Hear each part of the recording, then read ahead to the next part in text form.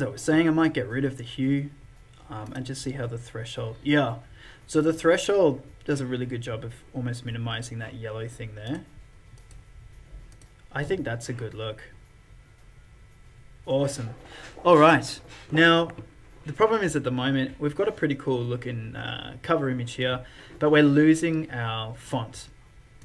So I'm going to move the image of myself down because we don't want this ugly line down here either. Or we could put a, let's try that. I'm going to select threshold, hold control, and select the OG layer. And that way when I move them, they'll move together. Now, down here looks pretty good, right there. And I'll have to delete this black arrow here, but I think a nice big axe or something like that might look pretty cool as well. So I'm going to, again, hold left click Mr. A layer, hold control, left click rocking, and I'm going to move that to the top. Yeah, just there. And I'll just select the Mr. A layer,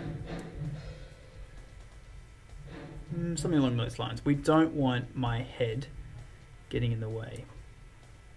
So we might have to grab those two layers, holding control. We'll work something out later. All right. Now, what are we missing? We've probably got a bit too much white in the background. Heavy metal posters like to use big, bold, stark colors. I'm thinking either black or red for this background. So let's go to our background layer. Head over to our color palette here. I'm going to select red. Nice deep blood red.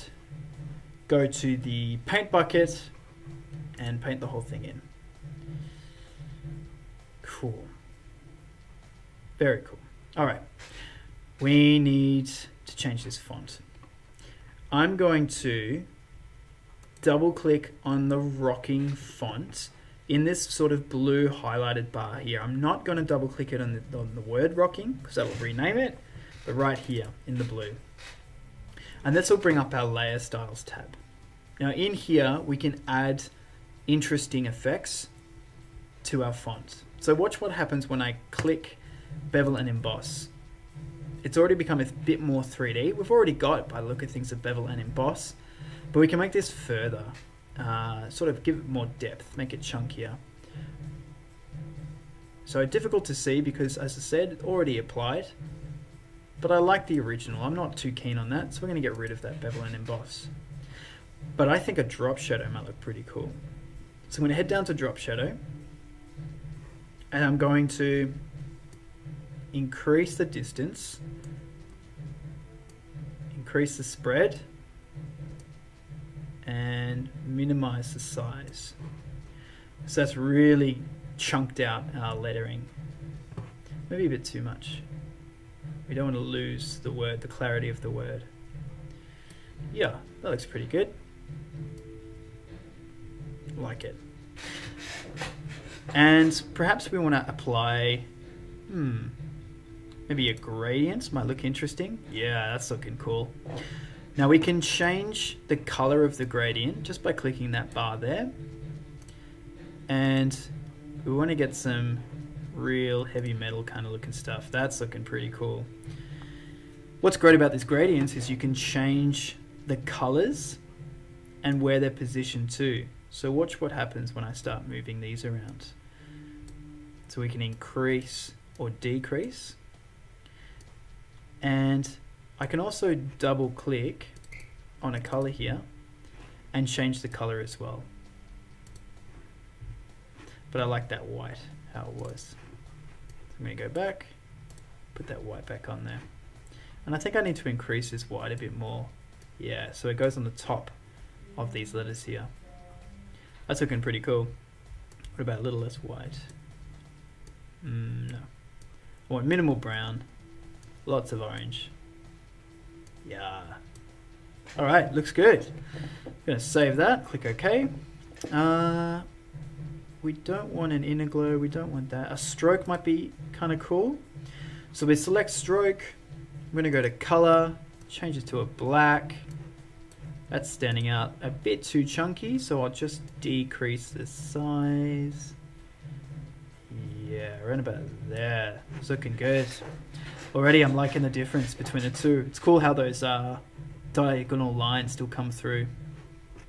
Alright, now, this is all great, but we've only got that in one word. We want to apply it to both. So perhaps we can call this a style. We're going to call this heavy metal font. And we'll click OK. Great. Let's click OK. And we can apply all of this to the Mr. A font too. We can double click. And we want to load the font that we just installed.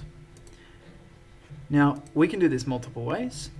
The best way, sometimes, is just to grab those effects and go copy layer style, paste layer style. And there we are. We've got our heavy metal font looking pretty awesome. All right. Now, I still think it needs to be a bit more heavy metal. And of course, we're missing out on some of the movie poster conventions. We need tour dates. We need probably supporting acts. I think we need some interesting details around the edges as well. It's looking quite basic at the moment. So let's add further details and some codes and conventions in part 2.